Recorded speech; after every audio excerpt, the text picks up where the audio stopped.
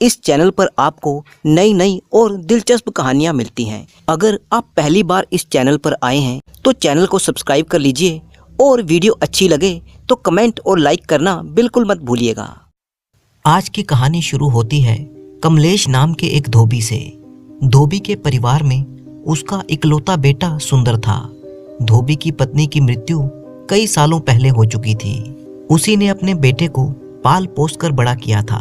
कमलेश गांव के लोगों के कपड़े धोता और उसी से उसकी गुजर बसर चलती थी। अब उसका बेटा सुंदर जवान हो चुका था तो कमलेश चाहता था कि उसका बेटा भी उसी की तरह धोबी का काम सीख ले और कुछ पैसे कमा ले। परंतु इसके उलट उसका बेटा सुंदर काम करने की बजाय सारा दिन अपने दोस्तों के साथ आवारागर्दी किया करता था। जब भी उसका पिता उसे काम करने की नसीहत देता तो सुंदर यही जवाब देता कि बापू, मुझे तुम्हारी तरह धोबी का काम नहीं करना, मैं तो कोई बड़ा व्यापार शुरू करूंगा। धोबी सुंदर की इन बातों से बड़ा ही परेशान हो चुका था क्योंकि वो जानता था कि ये सब सुंदर के ख्याली पुलाव हैं। एक दिन धोबी ने अपने बेटे से कहा, बेटा, अगर तुम धोबी का काम नहीं करना चाहते तो मैं सेठ पुरुषोत्तम दास के यहाँ पर तुम्हारी नौकरी लगवा देता हूँ, जिनके यहाँ मैं कपड़े धोता हूँ। वो बहुत ही अच्छे आदमी हैं। इस बार सुंदर अपने पिता की बात को मना नहीं कर पाया और फिर वह सेठ पुरुषोत्तम दास के यहाँ पर नौकरी करने लगा। लेकिन कुछ दिनों के बाद ही सेठ पुरुषोत्तम दास ने उसे अपने यहाँ पर नौकरी पर आने से मना कर दिया। जब धोबी ने सेठ से इसका कारण पूछा तो सेठ पुरुषोत्तम ने बताया, कमलेश, तुम्हारे बेटे का मन काम करने में बिल्कुल भी नहीं लगता। मैं जो भी काम उसे देता हूँ वो उसे पूरा नहीं करता। वो तो एक नंबर का आलसी और निकम्मा है। ये सुनकर कमलेश धोबी बहुत ही निराश हुआ और उसने घर आकर अपने बेटे को समझाया, बेटा, मैंने बड़ी ही मुश्किल से तुम्हारे लिए सेठ जी के यहाँ पर नौकरी ढूंढी थी। अगर तुम इसी तरह से काम करोगे तो फिर तुम्हारा भविष्य क्या होगा। इस घटना के बाद कमलेश ने गांव के कई दूसरे लोगों के यहाँ पर अपने बेटे को नौकरी पर लगवाया, परंतु वहां से भी सुंदर की शिकायतें ही आती रहीं और अब तो हालत ये हो गई कि गांव में कोई भी ऐसा आदमी नहीं था जो उसके बेटे सुंदर को काम पर रखता।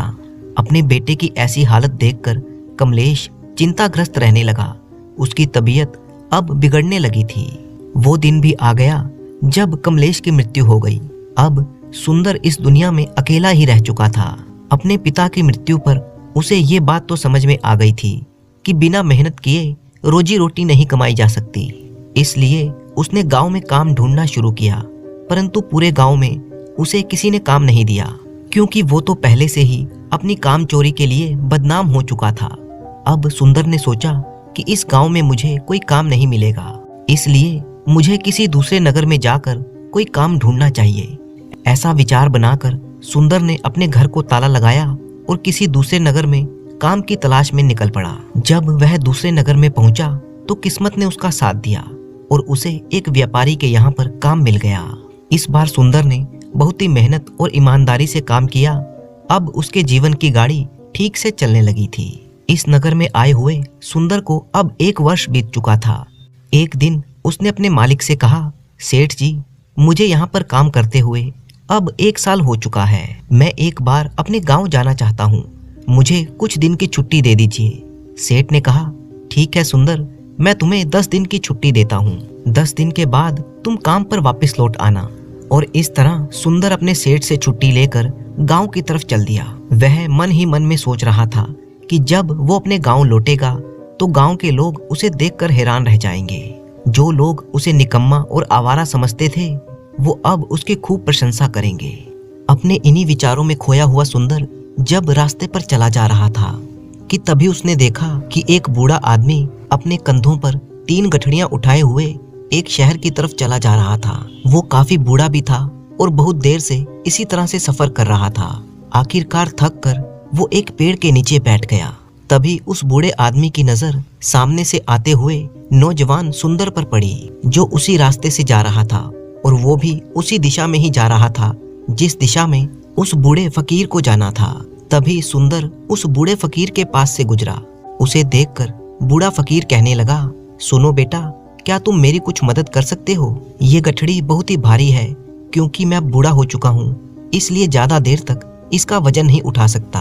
तो क्यों ना तुम मेरी एक गठड़ी को उठा लो और मुझे दूसरे गांव तक पहुंचा दो। इसके बदले में मैं तुम्हें 3 अशर्फियां दूंगा। सुंदर ने उस फकीर की सारी बातें सुनी और फिर बोला, कोई बात नहीं बाबा, मैं आपकी सहायता करने के लिए तैयार हूँ। बताइए आपको कहाँ जाना है। ये कहकर सुंदर ने उस फकीर की एक गठड़ी उठा ली और अपने कंधे पर रख ली। तभी सुंदर को ये एहसास हुआ कि ये गठड़ी तो सचमुच बहुत ही भारी है। सुंदर और वो फकीर अब दोनों रास्ते पर आगे की तरफ बढ़ रहे थे। चलते चलते वे दोनों उस गांव से बाहर आ गए और फिर एक सुनसान रास्ता आ गया। वे दोनों बड़ी ही मस्ती में चलते जा रहे थे। जब वे दोनों भीड़ से बिल्कुल अलग हो गए तो सुंदर ने उस फकीर से पूछा, बाबा इस गठड़ी में ऐसा क्या है जो ये गठड़ी इतनी भारी है।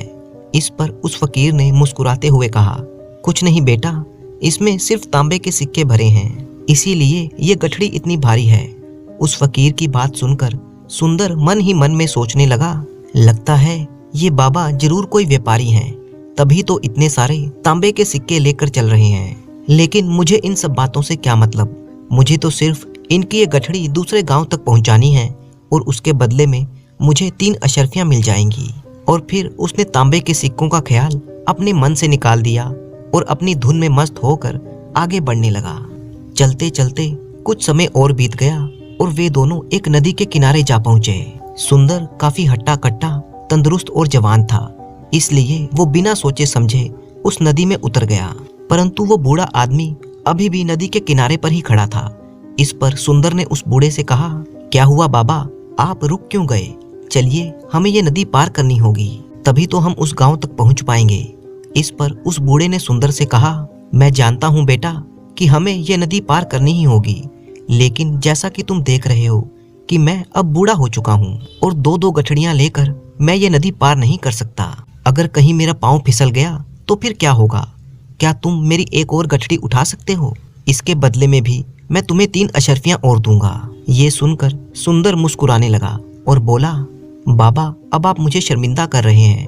अगर आप मुझे 3 अशर्फियां नहीं भी देंगे तो भी मैं आपका ये काम कर दूंगा। मैं आपको आपके गांव तक अवश्य पहुंचा दूंगा। ये सुनकर फकीर मुस्कुराया और बोला, बेटा तुम तो बहुत ही भले इंसान मालूम पड़ते हो। ये कहते हुए उस फकीर ने अपनी दूसरी गठड़ी भी सुंदर को थमा दी। सुंदर ने जब वो दूसरी गठड़ी भी अपने कंधे पर रखी तो उसे ये गठड़ी भी बहुत ही भारी लगी, लेकिन सुंदर चुप ही रहा और फिर दोनों ने जैसे तैसे नदी पार कर ली। नदी पार करने के बाद बातों बातों में ही सुंदर ने उस फकीर से कहा, बाबा आखिर इस दूसरी गठड़ी में क्या है, क्योंकि ये दूसरी गठड़ी भी बहुत ही वजनदार है। फकीर ने जवाब दिया, बेटा इसमें चांदी के सिक्के हैं, इसीलिए ये गठड़ी भी बहुत भारी है। फकीर की ये बातें सुनकर अब सुंदर का दिमाग तेजी से काम करने लगा। वो सोचने लगा कि एक गठड़ी में चांदी के सिक्के हैं और दूसरी में तांबे के। लगता है ये फकीर बाबा कहीं दूर से आ रहे हैं और इन्होंने अपनी सारी जमीन जायदाद बेचकर ये सारे सिक्के इकट्ठे किए हैं, तभी तो ये इतना धन लेकर चल रहे हैं। लेकिन सुंदर ने ये बात उन फकीर बाबा से नहीं बोली। वे दोनों चुपचाप रास्ते पर आगे ही बढ़ते चले जा रहे थे। कुछ देर तक आगे बढ़ने के बाद एक बार फिर एक सुनसान मार्ग आ गया। उस रास्ते पर आते ही सुंदर के मन में तरह तरह के विचार आने लगे। अब उसके मन में विचार आने लगा कि ये एक सुनसान रास्ता है, अगर मैं यहाँ से इन फकीर के ये सिक्के लेकर भाग जाऊं तो ये बूढ़ा फकीर कब तक मेरे पीछे भागेगा। मुझे नहीं लगता कि ये कभी मुझे पकड़ पाएंगे और यहाँ पर इस समय कोई दूसरा आदमी है भी नहीं जो इन बूढ़े आदमी की मदद कर पाएगा। और वैसे भी इतने सारे सिक्कों से मैं अपना कोई व्यापार शुरू कर सकता हूँ। ये बूढ़ा फकीर भला इतने धन का क्या करेगा? इससे अच्छा तो ये है कि मैं ही इन सारे पैसों को रख लेता हूँ। अभी सुंदर के मन में ये सब विचार चल ही रहे थे कि तभी उसके मन में दूसरा विचार आया कि अरे ये सब मैं क्या सोच रहा हूँ। ये बेचारा फकीर ना जाने कहाँ से आ रहा है और ना जाने कैसे कैसे करके इसने इतना धन इकट्ठा किया होगा। मुझे इनका फायदा नहीं उठाना चाहिए। नहीं नहीं, मुझे ऐसा नहीं करना चाहिए। उसने कुछ देर के लिए अपने मन के इन विचारों को काबू कर लिया, परंतु थोड़ी ही देर के बाद उसके इन विचारों ने उसको काबू में कर लिया। सुंदर 2 गठड़ियां उठाए हुए उन फकीर के पीछे पीछे चल रहा था। कुछ दूर जाने के बाद वहां पर एक पहाड़ी आई। तब वो फकीर बाबा सुंदर से कहने लगे, बेटा ये पहाड़ी मैं नहीं चढ़ पाऊंगा क्योंकि मैं अब बूढ़ा हो चुका हूँ और मेरे घुटनों में भी दर्द रहता है। अगर तुम मेरी ये तीसरी गठड़ी भी ले लो तो मैं तुम्हें 3 अशर्फियां और दूंगा, पर याद रखना इन गठड़ियों को कहीं पर गिराना मत, कहीं ये गठड़ियां खुल ना जाएं। ये सुनकर सुंदर ने उस फकीर से कहा, क्यों बाबा, आखिर इस गठड़ी में ऐसा क्या है? फकीर ने एक बार इधर उधर देखा और फिर धीरे से सुंदर को बोला, बेटा इसमें स्वर्ण मुद्राएं हैं। ये सुनकर तो सुंदर मन ही मन और भी खुश हो गया। उसने चुपचाप वो गठड़ी उस फकीर से ले ली और देखते ही देखते वे दोनों रास्ते में आगे की ओर बढ़ने लगे। अब वो फकीर बिना किसी वजन को लिए हुए बड़ी आराम से पहाड़ की चढ़ाई चढ़ रहे थे, परंतु सुंदर जो कि उनके पीछे आ रहा था वो वजन होने के कारण बहुत ही धीरे धीरे चल रहा था। इधर जब से सुंदर ने सोने का नाम सुना था उसका मन तो छलांग मार रहा था। वो मन ही मन सोचने लगा, अगर ये सारा धन मुझे मिल जाए तो मेरा सारा जीवन बड़े ही आराम से कट जाएगा। वैसे भी ये बाबा तो अब बूढ़े हो चुके हैं, भला इन्हें इतने पैसे की क्या आवश्यकता है? इनका जीवन तो वैसे भी अब कट चुका है। मैं एक काम करता हूँ, ये सारा धन लेकर मैं यहाँ से भाग जाता हूँ। सुंदर के मन में अनगिनत विचार उठ रहे थे। अब उसका मन उसकी बुद्धि पर पूरी तरह से हावी हो चुका था। अब तो सुंदर अपनी इस गलत बात को सही साबित करने के लिए कई तरह के विचार बना रहा था। वो सोचने लगा, लगता है ये फकीर बाबा कोई चोर है, वरना इसके पास इतनी स्वर्ण मुद्राएं भला कहाँ से आएंगी? अगर ये कोई व्यापारी होता तो इस तरह से पैदल यात्रा नहीं करता, और अगर इनके पास इतने पैसे थे तो ये कोई ना कोई साधन जरूर कर सकते थे। पक्का ये कोई चोर है और चोरी का माल ही इस तरह से ले जाया जाता है। और अगर मैं इनका पैसा चुरा लूं तो फिर इसमें बुराई ही क्या है, क्योंकि ये भी एक चोर है और चोर के यहाँ पर चोरी करना कोई गलत काम नहीं है। ये सोचते हुए सुंदर अब उन फकीर से आगे बढ़ने लगा।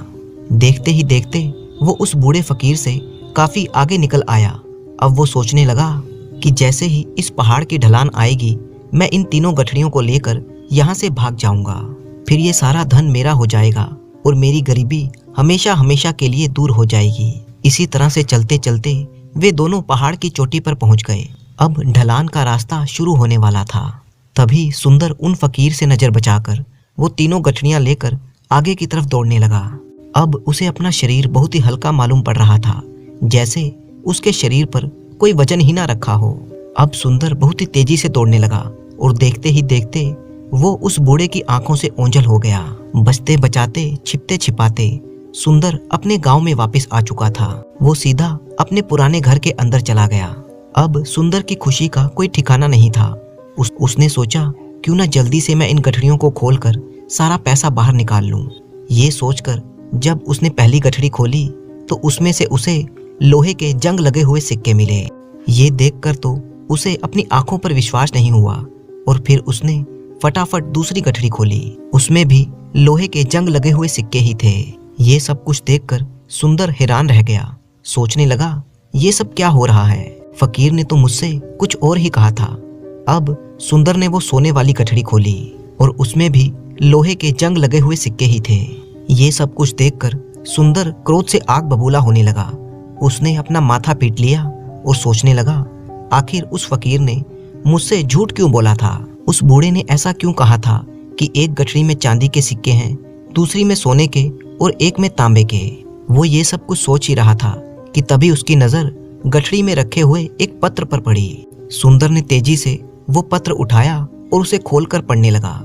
उसमें लिखा था, ये पूरा नाटक एक ईमानदार आदमी की खोज करने के लिए रचा गया है और मैं वो बूढ़ा आदमी असल में इस राज्य का राजा हूँ जिसके कोई संतान नहीं है, और मैंने ही ये सारा नाटक रचा है ताकि मैं अपने राज्य में कम से कम एक ऐसे ईमानदार आदमी की खोज कर सकूं जो मेरे बाद इस राज्य का राजा बन सके और इस राज्य का भार संभाल सके।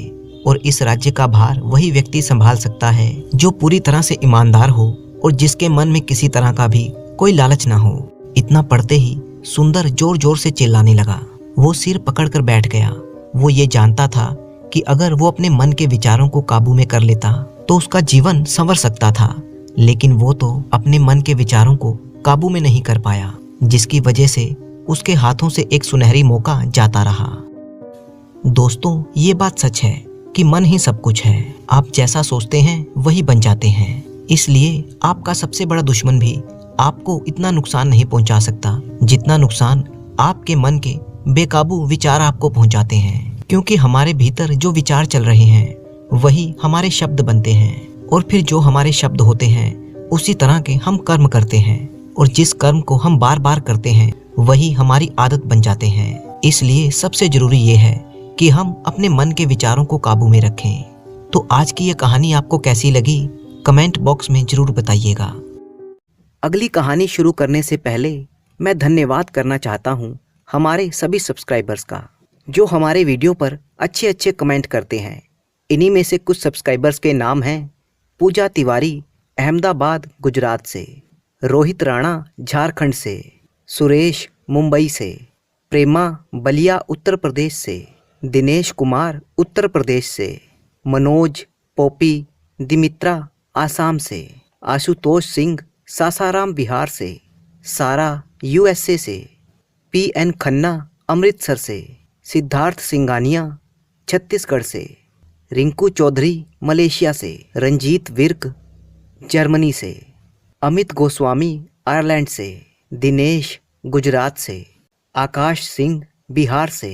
इसी तरह से आप अपना प्यार हमें देते रहें और हमारे वीडियोस पर अच्छे अच्छे कमेंट करें। अपने कमेंट के साथ अपना नाम और अपने शहर का नाम लिखना मत भूलिएगा। सज्जनपुर नाम के एक गांव में रतन नाम का एक किसान रहता था। रतन एक बहुत ही मेहनती और दयालु स्वभाव का आदमी था। गांव में जब भी किसी आदमी को सहायता की जरूरत होती तो रतन उसकी सहायता करने में कभी भी पीछे नहीं हटता था। गांव के लोग भी रतन की बहुत ही इज्जत करते थे। उसके परिवार में उसकी पत्नी और एक बेटा था जो अभी सिर्फ 8 साल का ही था। रतन अपने खेतों में कड़ी मेहनत करता, जिसके कारण उसके खेतों में अच्छी फसल हो जाती थी। रतन जिस गांव में रहता था उसके पड़ोस में एक कसाई भी रहता था जो मुर्गियों का मांस बेचता था।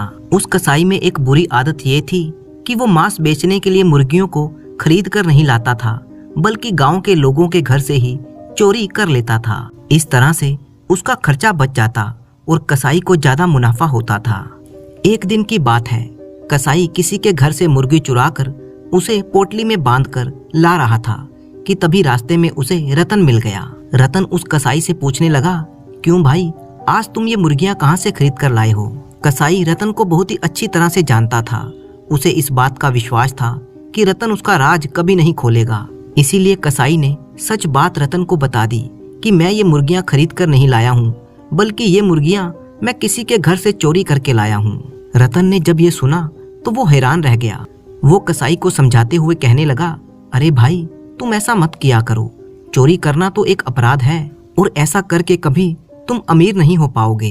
तब कसाई रतन से कहने लगा, भाई, मैंने तुम्हें अपना सच बताया क्योंकि मैं तुम पर विश्वास करता हूँ, बल्कि इसलिए नहीं बताया कि तुम मुझे समझाओ कि मुझे क्या करना है और क्या नहीं करना। खैर, कसाई मुर्गियों की पोटली लेकर अपनी दुकान पर चला गया। अब उस कसाई की यही आदत बन चुकी थी। वह कभी कभी तो मुर्गियां खरीद कर ले आता, लेकिन कई बार वो लोगों के घरों से मुर्गियां चुरा कर लाता था। दूसरी तरफ जब गांव के लोगों के घरों से मुर्गियों की चोरी हद से ज्यादा बढ़ गई तो वे लोग एक दिन इकट्ठा हुए और गांव के बड़े बुजुर्ग इस बारे में चर्चा करने लगे कि आखिर वह कौन आदमी है जो मुर्गियां चुरा कर ले जा रहा है। हमें उस आदमी का पता लगाना चाहिए। अभी वे सब लोग इसी बारे में चर्चा कर रहे थे कि तभी एक नौजवान वहां पर भागता हुआ आया और कहने लगा, हजूर, मैंने अभी अपनी आंखों से गांव के एक कसाई को किसी के घर से मुर्गियां उठाकर ले जाते हुए देखा है। जैसे ही गांव वालों को इस बात की खबर हुई कि आज तक हमारी जितनी भी मुर्गियां चोरी हुई हैं वह इस छुट्टन कसाई ने ही चुराई हैं और वह हमारी चुराई हुई मुर्गियां ही हमें बाद में बेचता है। इतना सुनते ही सारे गांव वाले क्रोध से आग बबूला हो गए। वे भागते हुए उस कसाई के पास जा पहुंचे। सभी लोगों ने कसाई को घेर लिया और कहने लगे, तुम्हारी हिम्मत कैसे हुई हमारे घरों से मुर्गियां चुराने की? आज हम तुम्हें नहीं छोड़ेंगे। दूसरी तरफ कसाई कहने लगा, नहीं गांव वालों, मैं तो मुर्गियां खरीद कर लाता हूँ। मैंने आपके घर से कोई मुर्गियां नहीं चुराई। लेकिन अब गांव वालों के सामने सारी सच्चाई आ चुकी थी। गांव वालों ने छुट्टन कसाई की एक भी बात नहीं मानी और उसी वक्त कसाई को मारना पीटना शुरू कर दिया। काफी देर तक उसकी पिटाई की और उसके बाद उसे चेतावनी देकर छोड़ दिया कि तुम इस गांव में दोबारा नजर मत आना। अगले 1-2 दिन में तुम ये गांव छोड़कर चले जाओ, किसी दूसरी जगह चले जाओ। अब छुट्टन कसाई का वहां पर कोई नहीं था। वह तो गांव में अकेला ही रहता था। ना उसके कोई बीवी बच्चे थे और ना ही माँ बाप। कसाई ने सोचा कि कल जाने से अच्छा है कि मैं आज और अभी इस गांव को छोड़कर चला जाऊं, क्योंकि अब इस गांव में मेरी कोई इज्जत नहीं रही। और कसाई उसी दिन खाली हाथ वहां से चला गया। अभी वह चलता हुआ रास्ते में ही था कि उसे फिर से रतन मिल गया। रतन ने जब कसाई की ऐसी हालत देखी तो कहने लगा कि भाई तुम्हारे साथ क्या हुआ है। कसाई ने रतन को सारी बात बता दी कि किस तरह से गांव वालों ने उसकी पिटाई कर दी, क्योंकि उनको पता चल चुका था कि मैं उनकी मुर्गियां चुराता हूँ। रतन कसाई से कहने लगा, देखो भाई, मैं तो तुम्हें पहले से ही यही बात समझा रहा था कि चोरी करना अच्छी बात नहीं है, इसे छोड़ दो। कसाई ने कहा, अब मुझे समझाने का कोई फायदा नहीं है, जो होना था वो तो हो चुका है। अगर तुमसे हो सकता है तो मेरी सहायता कर दो। रतन एक रहमदिल और शरीफ आदमी था। वह दूसरों की सहायता करने के लिए अक्सर तैयार रहता था। वो कहने लगा, अच्छा बताओ तुम्हें क्या चाहिए, मैं तुम्हारी सहायता किस तरह से कर सकता हूँ। कसाई ने कहा, पिछली बार अपनी फसल में से तुम्हें जो मुनाफा हुआ था वह तुम मुझे दे दो। रतन ने कहा, अरे भाई, मुनाफे की रकम मैं तुम्हें कैसे दे सकता हूँ। उस मुनाफे की रकम में से तो बड़ी मुश्किल से मुझे सिर्फ 10 अशर्फियाँ ही मिली है। मुझे तो अभी उन 10 अशर्फियों की जरूरत है, क्योंकि अभी मैंने अगली फसल की तैयारी भी करनी है और उस पर भी तो खर्च आएगा। कसाई कहने लगा, भाई तुम ऐसा करो, मुझे अपनी 10 सोने की अशर्फियाँ उधार के तौर पर दे दो। मैं वादा करता हूँ कि 1 महीने के अंदर अंदर तुम्हें 10 सोने की अशर्फियाँ वापस लौटा दूंगा। मैं तुम्हारी 10 अशर्फियाँ लेकर राज्य की राजधानी जाऊंगा। वो एक बड़ा नगर है, वहां पर कोई व्यापार शुरू करूंगा। तुम्हारी 10 सोने की अशर्फियाँ महीना पूरा होने से पहले ही तुम्हें वापस कर दूंगा, क्योंकि अभी तो तुम्हें भी फसल उगाने में 1 महीने का समय लगेगा। इस तरह से ये अशर्फियाँ तुम्हारे भी काम आ जाएंगी और मेरे भी काम आ जाएंगी। नेक दिल रतन उस कसाई की बातों में आ गया और उसने अपने मुनाफे की रकम यानी 10 सोने की अशर्फियाँ उस कसाई को दे दी। वो कसाई 10 अशर्फियाँ लेकर राज्य की राजधानी में आ गया। दूसरी तरफ जब रतन की पत्नी को इस बात की खबर हुई कि रतन ने अपने सारे मुनाफे की रकम किसी को दे दी है, तो वो अपने पति पर बिगड़ने लगी। रतन उसे दिलासा देते हुए कहने लगा, भाग्यवान, वो कसाई मेरा दोस्त है, वो 1 महीने से पहले ही मेरी रकम मुझे वापस कर देगा और इस तरह से हमारी फसल भी लग जाएगी। खैर, दिन गुजरते गए और देखते ही देखते 1 महीना भी गुजर गया, लेकिन उस कसाई का कहीं पर भी कोई नामो निशान नहीं था। किसान ने फसल तो लगा दी थी, लेकिन उसे खाद और पानी देने के लिए उसके पास अब पैसे नहीं बचे थे। उसकी फसल अब खराब होने लगी थी। एक दिन परेशानी की हालत में रतन अपने घर के सामने बैठा था कि उसी वक्त एक आदमी वहां से गुजर रहा था, जो कुछ ढिंडोरा पीट रहा था और ये घोषणा कर रहा था कि हमारे राज्य के महाराज की 1000 सोने की अशर्फियाँ गुम हो गई हैं या किसी ने चोरी कर ली हैं। अगर कोई भी आदमी 1000 अशर्फियाँ महाराज को ढूंढ कर लौटा देगा या चोर के बारे में कुछ बताएगा तो उसे 300 अशर्फियाँ इनाम के रूप में दी जाएंगी। रतन बेचारा पहले से ही बहुत परेशान था। उसने सोचा कि ये एक अच्छा मौका है, हो सकता है मेरी किस्मत खुल जाए और ये 300 इनाम की अशर्फियाँ मुझे मिल जाएं। बस फिर क्या था, उसने अपना कुछ सामान बांधा और महाराज के महल की तरफ निकल पड़ा। जब वो राजधानी में पहुंचा तो उसने देखा कि वही कसाई नगर के बाजार में बहुत ही अच्छे कपड़े पहने हुए घूम रहा था। रतन दौड़ा दौड़ा कसाई के पास गया और उससे कहने लगा, भाई, मेरी 10 सोने की अशर्फियाँ तुमने अभी तक नहीं लौटाई। मैं कब से तुम्हारा इंतजार कर रहा था, लेकिन तुम वापस नहीं आए। अब तुम अपना वादा पूरा करो और मुझे 10 सोने की अशर्फियाँ दो, ताकि मैं अपनी फसल ठीक से लगा सकूं। वो कसाई, जो उस समय बाजार में बहुत ही अच्छे वस्त्र पहना हुआ था, वो रतन पर भड़क उठा और गुस्से में कहने लगा, अरे तुम गरीब लोग जहाँ भी मिलते हो बस पैसे मांगना शुरू कर देते हो। मैं तुम्हें नहीं जानता कि तुम कौन हो, चलो अपना रास्ता नापो। रतन बेचारा इस बड़े नगर में किसी को भी नहीं जानता था, वो हर किसी से अनजान था, इसीलिए वो और भी ज्यादा परेशान हो गया।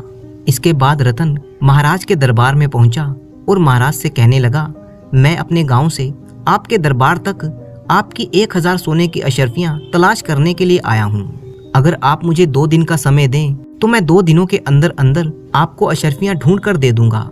महाराज ने कहा, ठीक है, 2 दिनों के अंदर अंदर अगर तुम अशर्फियाँ ढूंढ दो या चोर के बारे में बता दो तो मैं तुम्हें इनाम के तौर पर 300 अशर्फियाँ दूंगा। अभी ये बातें चल ही रही थी कि उसी समय वो कसाई इसी राजा के दरबार में आ गया। राजा ने कसाई की तरफ इशारा करते हुए रतन से कहा, देखो ये मेरा खजांची है। ये बहुत ही ईमानदार और सच्चा आदमी है।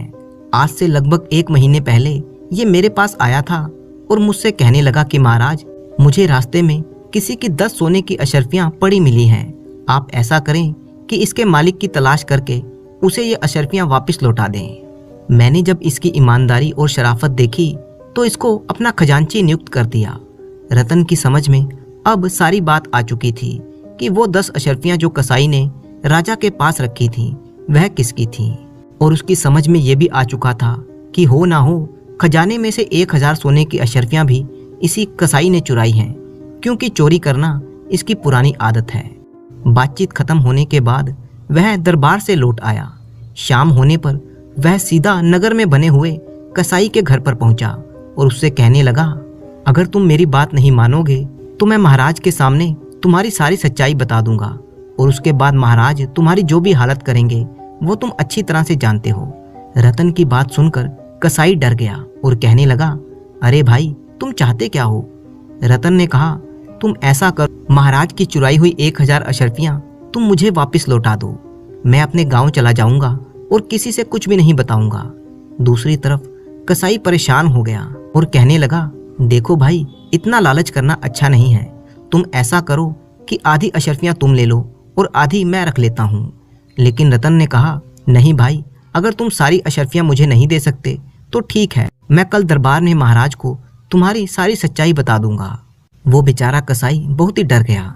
उसने 1000 सोने की अशर्फियाँ रतन को देने का फैसला कर लिया और कहने लगा कि कल सुबह आकर तुम मुझसे 1000 अशर्फियाँ ले लेना और फिर अपने गाँव चले जाना।